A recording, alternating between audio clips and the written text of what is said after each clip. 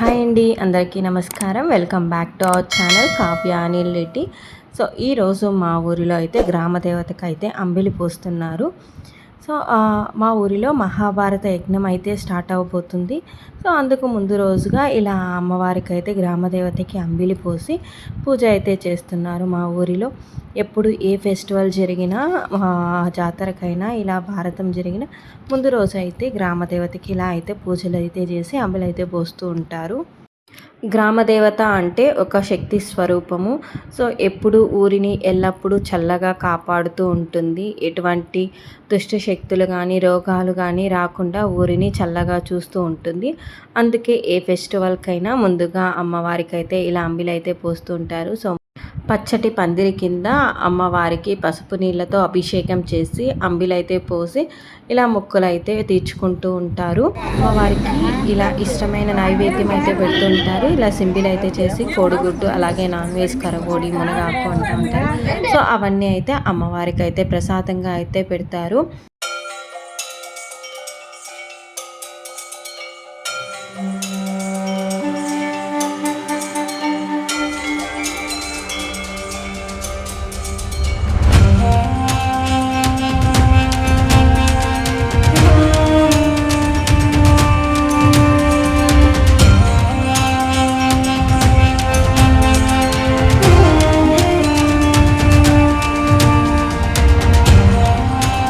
పిల్లలకి స్కూల్స్ ఉండడం వల్ల రష్ అయితే తక్కువగా ఉన్నారు, కానీ నార్మల్గా అయితే చాలా ఎక్కువ మంది ఉంటారు.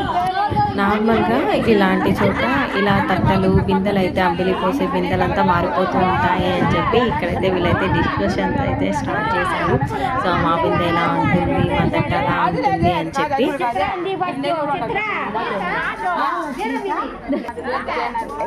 దేనికోసం గొడవ?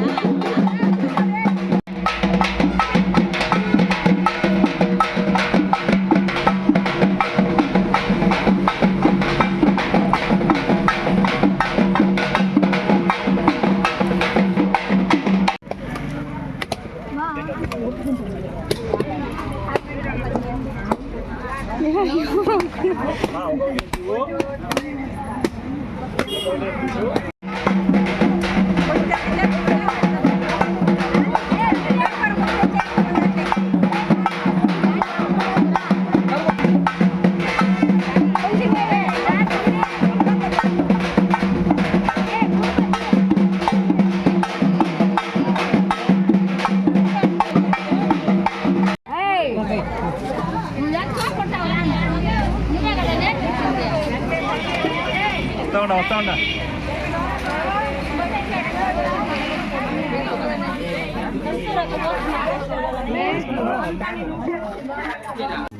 నువ్వు తాతవ్వా నేను ముంచి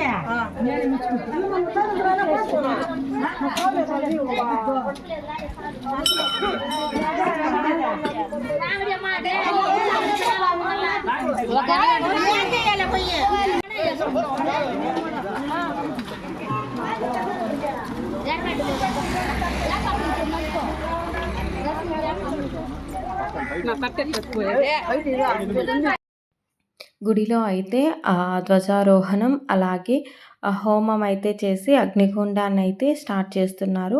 సో వీళ్ళకైతే ఇలా కంకణాలు అయితే కడుతున్నారు. ఎవరైతే ఈ కంకణాలు కట్టుకుంటారో వాళ్ళైతే 18 రోజులు అమ్మవారి దగ్గరే ఉండి ఎటువంటి విఘ్నాలు కలగకుండా మహాభారత యజ్ఞాన్ని నిర్విఘ్నంగా జరిపించాలి అని చెప్పి ఇక్కడైతే వీళ్ళకైతే కంకణాలు అయితే కడుతున్నారు.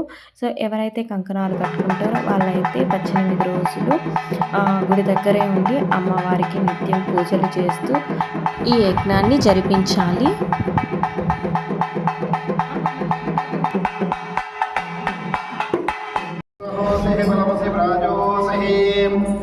దేవానాం ధామనామాసి విశ్వమసి విశ్వాయుః సర్వమసి సర్వాయుః అవివృః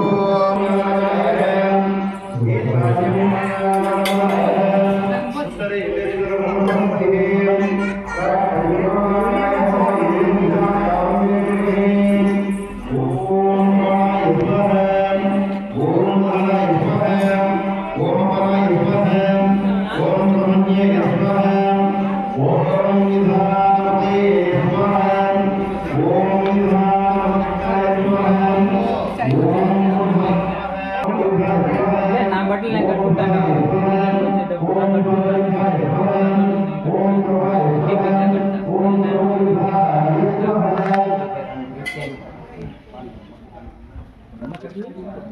నా మట్టి సానకుందా నా లోపల